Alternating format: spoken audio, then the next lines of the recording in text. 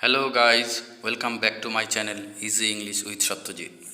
আজকের ভিডিওতে আমরা শিখব ইম্পারেটিভ সেন্টেন্সে ন্যারেশন চেঞ্জ।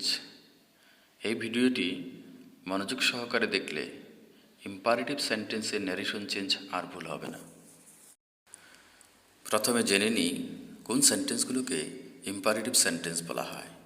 মনে রাখবে, যে সেন্টেন্স এর সাহায্যে আদেশ, উপদেশ, অনুরোধ, নির্দেশনা, নিষেধ করা ইত্যাদি বোঝায় তাকে ইম্পারেটিভ সেন্টেন্স বলা হয়। ইম্পারেটিভ সেন্টেন্সে ডাইরেক্ট থেকে ইনডাইরেক্ট স্পিচে পরিবর্তন করার সময় যে রুলসগুলো মনে রাখা দরকার: নাম্বার 1, রিপোর্টিং স্পিচের অর্থ অনুযায়ী রিপোর্টিং ভার্ব বসে। যেমন অনুরোধ বোঝালে রিকোয়েস্ট, উপদেশ বোঝালে অ্যাডভাইস, আদেশ বোঝালে অর্ডার অথবা কমান্ড, নিষেধ করা বোঝালে ফরবিড, নির্দেশনা বোঝালে ইনস্ট্রাক্ট, বায়না বোঝালে প্লিড, সতর্কতা বোঝালে ওয়ার্ন ইত্যাদি অ্যাপ্রোপ্রিয়েট ভার্ব বসাতে হয়। নাম্বার 2, লিঙ্কার হিসাবে টু বসাতে হয়। নাম্বার 3, নেগেটিভ সেন্টেন্স হলে নট টু বসাতে হয়। নাম্বার 4, টু এর পরে বসা ভার্বের পরিবর্তন হয় না, কিন্তু প্রোনাউনের পরিবর্তন হয়। এবার এক্সাম্পল দেখা যাক। 1 নম্বর এক্সাম্পলে, he said to me, please help me. এই রিপোর্টিং স্পিচে অনুরোধ করা বোঝাচ্ছে, কাজেই এই রিপোর্টিং ভার্ব রিকোয়েস্টেড দিয়ে করতে হবে। লিঙ্কার হিসাবে এখানটায় আমরা টু বসিয়েছি। রিপোর্টিং স্পিচের ভার্বের কোনো পরিবর্তন হয়নি, যেহেতু সামনে টু বসেছে, কিন্তু প্রোনাউনের পরিবর্তন হয়েছে সেন্স অনুযায়ী। মি এখানটায় হিম হয়ে গেছে। পরের example, the boss said to the employee, finish it within a day. এখানে বস তার এমপ্লয়িকে আদেশ করছেন এই কাজটি একদিনের মধ্যে শেষ করার জন্যে। কাজেই রিপোর্টিং ভার্ব এখানে অর্ডার বসাতে হবে। লিঙ্কার হিসাবে টু বসানো হয়েছে এবং রিপোর্টিং স্পিচের ভার্ব এর কোনো পরিবর্তন হয়নি। The boss ordered the employee to finish it within a day. পরের example, I said to my sister, read attentively. এখানে আমি আমার বোনকে মনোযোগ সহকারে পড়ার জন্যে উপদেশ দিচ্ছি। কাজেই এখানে রিপোর্টিং ভার্ব অ্যাডভাইস বসাতে হবে। লিঙ্কার হিসাবে টু বসানো হয়েছে এবং রিপোর্টিং স্পিচের ভার্ব এর কোনো পরিবর্তন হয়নি। I advised my sister to read attentively. পরের example, the teacher said to the students, change the mode of narration. এখানে টিচার ছাত্রদের নির্দেশনা দিচ্ছেন ন্যারেশন চেঞ্জ করার জন্যে। কাজেই রিপোর্টিং ভার্ব এখানে ইনস্ট্রাক্টেড বসাতে হবে। লিঙ্কার হিসাবে টু বসাতে হবে এবং রিপোর্টিং স্পিচের ভার্ব চেঞ্জ এর কোনো পরিবর্তন হবে না। The teacher instructed the students to change the mode of narration. পরের example, I said to my friend, consult a doctor. এখানে সাজেশন বোঝাচ্ছে, প্রস্তাব করা বোঝাচ্ছে। কাজেই রিপোর্টিং ভার্ব সাজেস্টেড দিয়ে করতে হবে। একইভাবে লিঙ্কার হিসাবে টু বসাতে হবে। রিপোর্টিং স্পিচের ভার্বের কোনো পরিবর্তন হবে না। I suggested my friend to consult a doctor. পরের example, the boy said to the teacher, pardon me sir.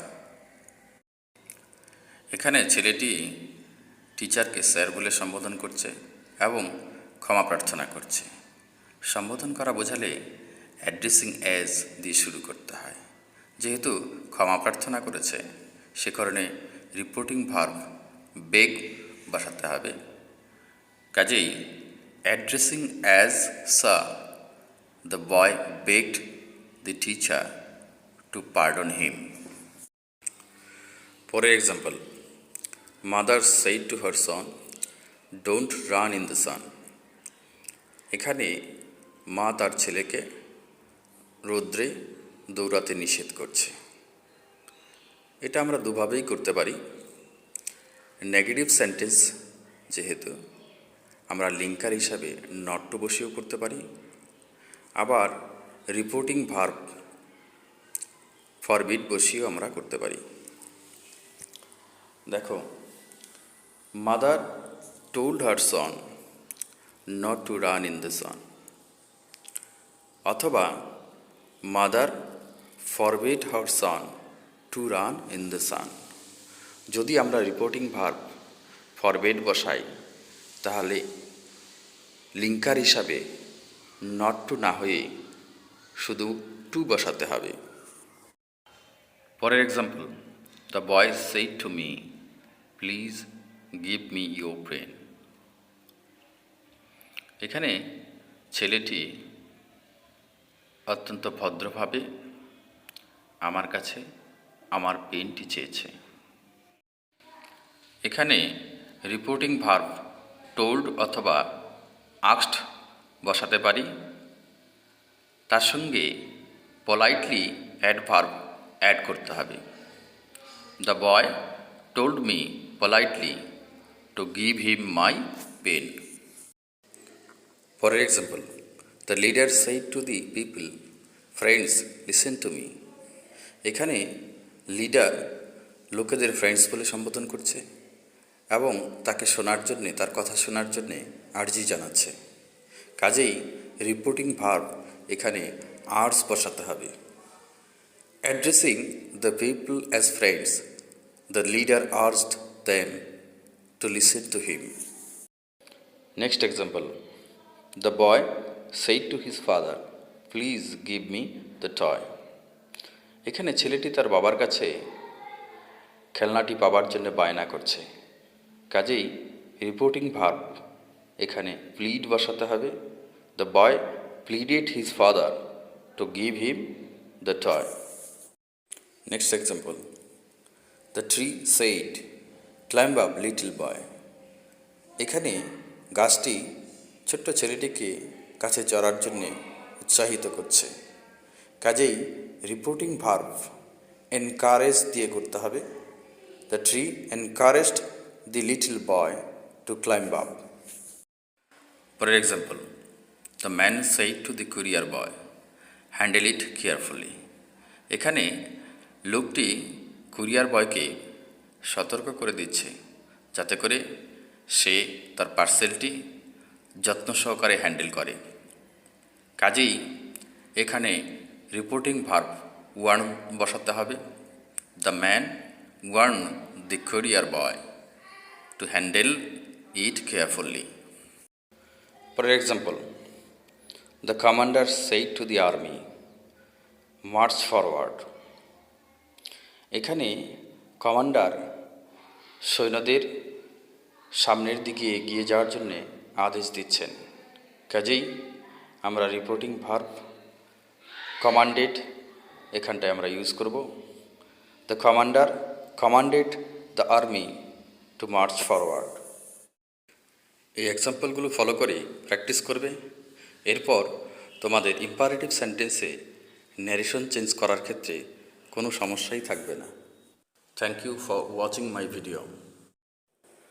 আমার ইউটিউব চ্যানেল এবং ফেসবুক পেজে ক্লাস 5 to 12 এবং বিভিন্ন কম্পিটিটিভ এক্সামের প্রয়োজনীয় ইংলিশ গ্রামার এবং স্পোকেন ইংলিশের উপর নিয়মিত ভিডিও আপলোড করা হয়।